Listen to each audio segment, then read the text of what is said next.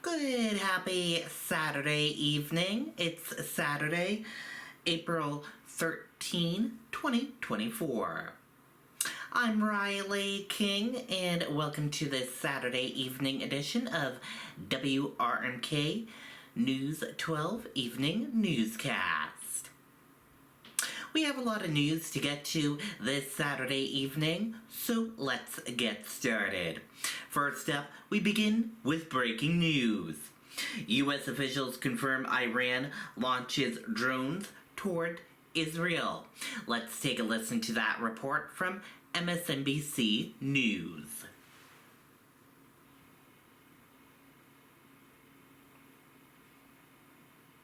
I want to bring in now NBC News Chief International Correspondent Richard Engel to talk more about this. He's on the ground for us in Jerusalem. Take us there, Richard. What are you hearing? What are you seeing? So just a short while ago, we heard Israeli jets flying over the sky here. Air defenses have been intensified all across this country, all across the region. You mentioned a short while ago that Jordan has closed its airspace. The Israeli military has also issued directives for people to follow as this slow-motion attack is underway. For the next 48 hours, all gatherings over 1,000 people have been banned.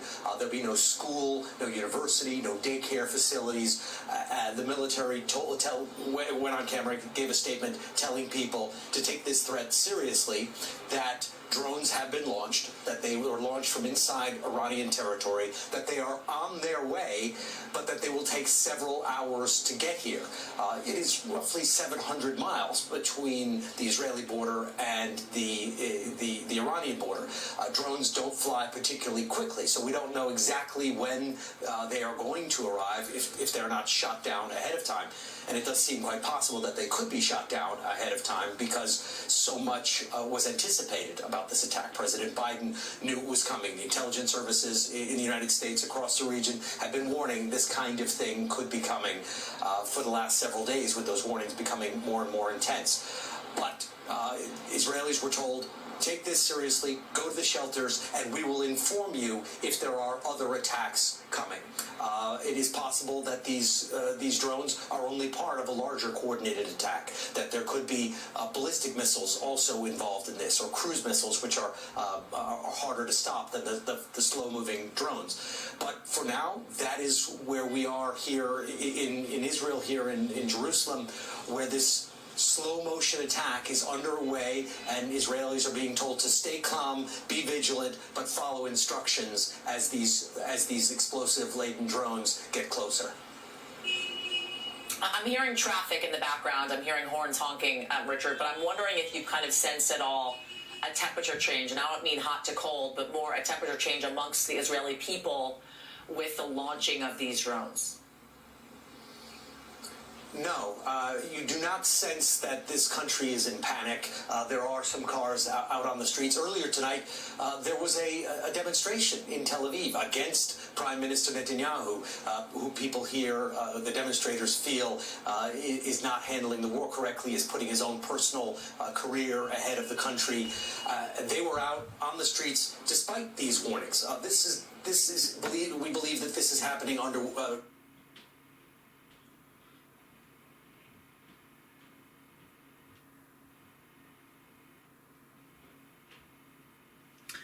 Okay, we will keep you updated as this develops in this situation continues to unfold.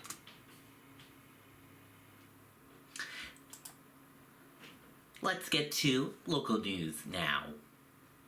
Ossipee man facing more than a dozen charges after assaulting 3 officers, police say. A New Hampshire man is facing more than a dozen charges after police said he assaulted 3 officers.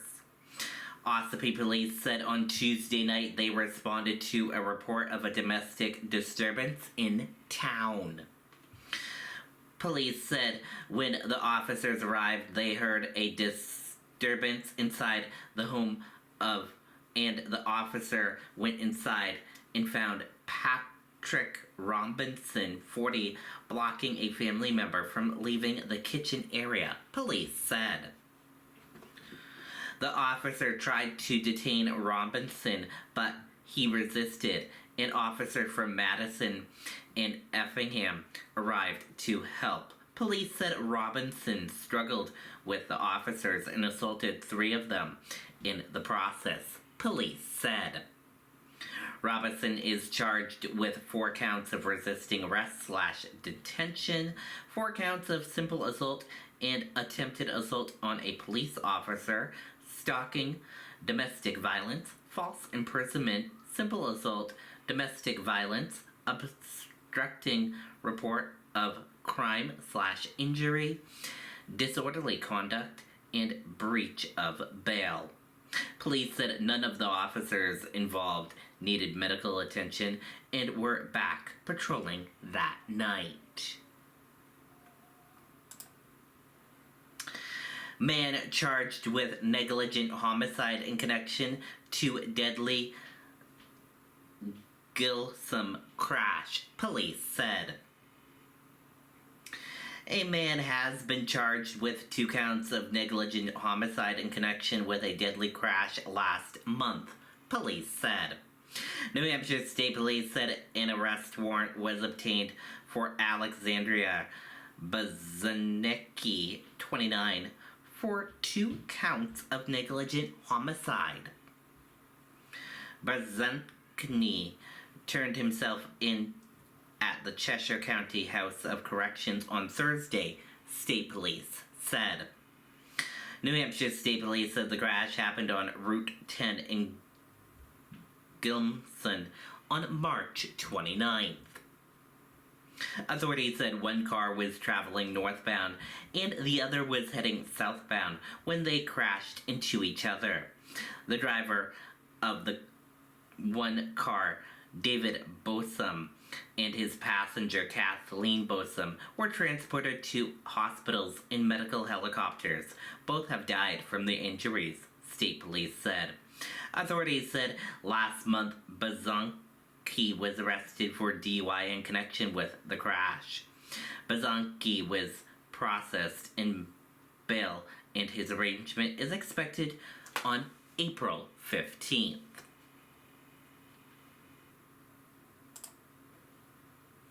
New Hampshire prisoner identified as Virginia murder suspect, police say.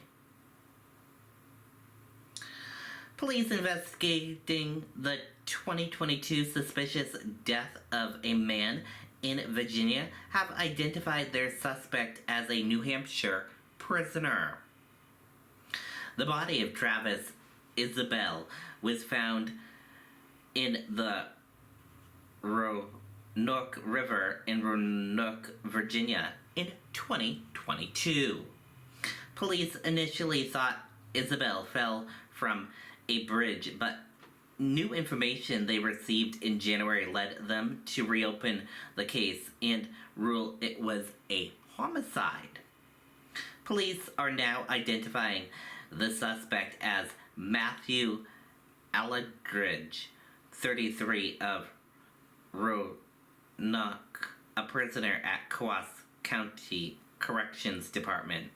Earlier this week, Aldridge was extradited to Virginia to face first-degree murder charges.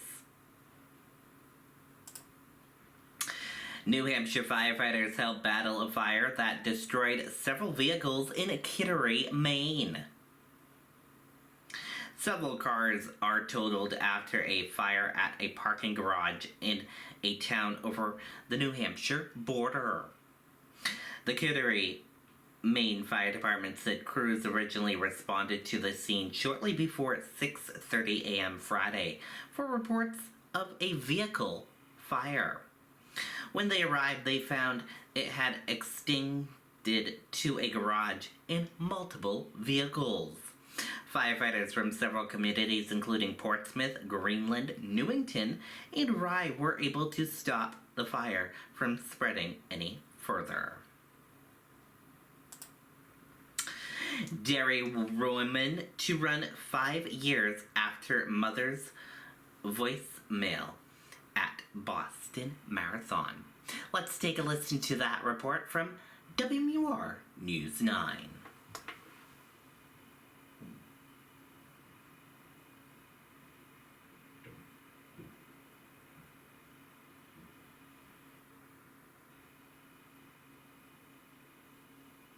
We are Steady State Performance Physical Therapy.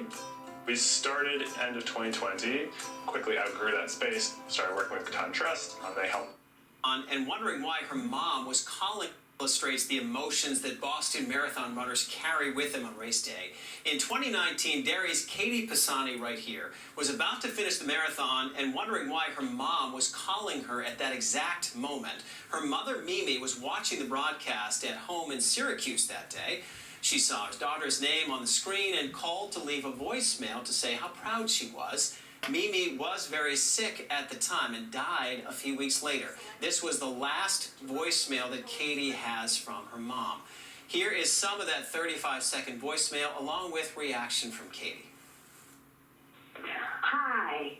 Wow, amazing. We watched you almost all the way. It was phenomenal. So I knew she was at home, probably knitting, watching the TV, and then when she saw me cross the finish line, she had to be the first one to congratulate me. You said that a week from last Monday, I would have a marathoner, and now I do. Love you so much, Katie. I'll get off the line so all your loving admirers will be able to get in to talk. Take care. Love you. Bye. I didn't even get a text from her after that. She got very sick, so that voicemail means everything. It sure does. Katie is running again on Monday, 5 years from the exact date of that voicemail. Katie says she is sure that she will be crying at the finish this year, thinking of her mom. People running for many different reasons. Obviously, Katie running for her mom as well. But Okay, and there you go on that report. Son of a woman in Sydney, Australia during a deadly stabbing situation. Let's take a listen to that report from WR News 9.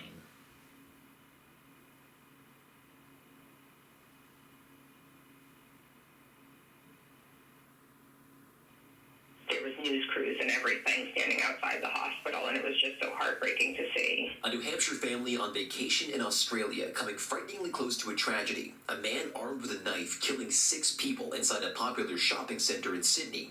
Molly Ross of Sunapee didn't realize what she was passing by until she got back to the house she's staying in. I'm scared, to be completely honest.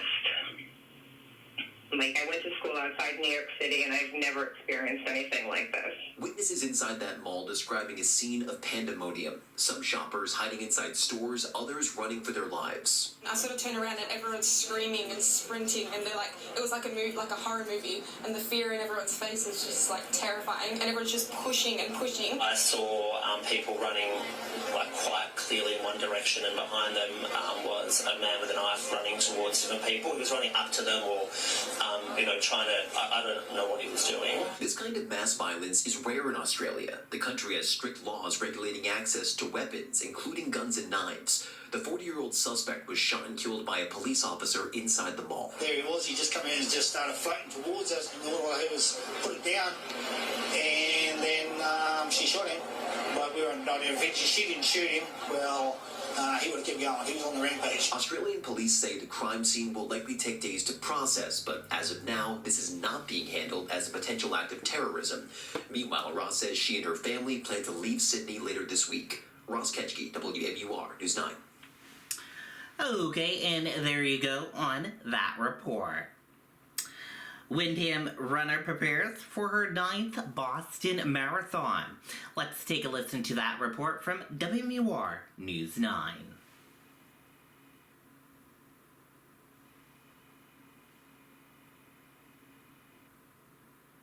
The energy here is infectious. I'm sure you can see and hear there are hundreds of people here from all over the world.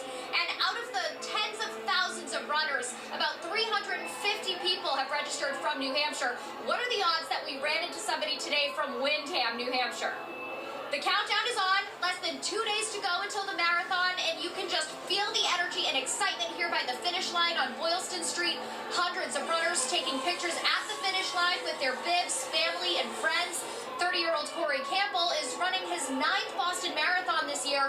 He says he was inspired to start training after witnessing the marathon bombing in 2013. I'm running for my family. I was here during the bombing. It's super important and powerful for me to be here. I was just a spectator, but I've run every year that I could since. And we've met so many people here today with inspiring stories who are each running for their own reason. We'll have advice from a Boston Marathon legend coming up at 10 and 11.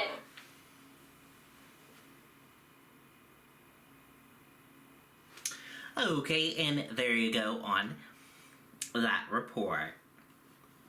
And we are going to switch gears now. Let's go into your sports. In sports, the Boston Red Sox, they just finished a game. And the final score of the Boston Red Sox game was Boston Red Sox 7 and Los Angeles Angels 2. The Red Sox won the game today. Excellent job, Boston Red Sox. Boston Red Sox are 8-7 now, and Los Angeles Angels are 7-7. Excellent job on winning the game today, Boston Red Sox. Red Sox have another game tomorrow at 1:35 p.m. against the Angels. Let's go Red Sox. Hopefully they can win tomorrow's game. Celtics, they had a game yesterday evening, and the final score of the Boston Celtics game was Boston Celtics 131 and Charlotte Hornets 98. Celtics won the game last night. Celtics are 63-18 and Charlotte Hornets are 20-61. Excellent job on winning, Celtics. And next game for Celtics will be tomorrow at 1 o'clock p.m. against the Wizards. Let's go Celtics. Hopefully they can win tomorrow's game. And Bruins, Boston Bruins, they are playing tonight at 8 o'clock p.m. against Pittsburgh Penguins. Let's go Boston Bruins. Hopefully they can win tonight's game. Game time, 8 o'clock p.m. You can watch it on ABC this evening.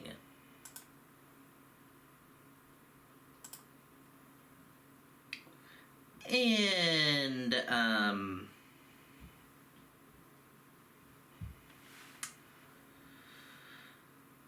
New Hampshire Fisher Cats are currently playing a game right now. It is the top in the 7th, and the score is tied right now.